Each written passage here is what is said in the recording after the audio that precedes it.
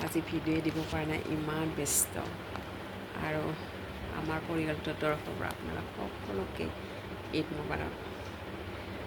আৰু সকলোকে আমাৰ ঘৰত দাৱত থাকে, আহিবা দেই আজি নোৱাৰিলেও কালি আহিবা।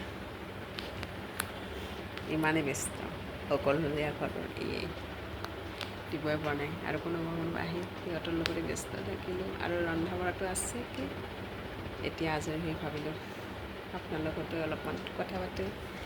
আৰু এইটো আমাৰ ৰুমটো।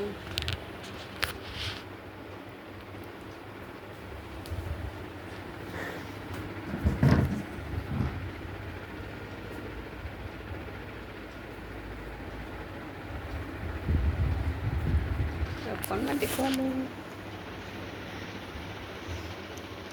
আৰু সকলোৰে খোৱা বোৱা হ'লনে?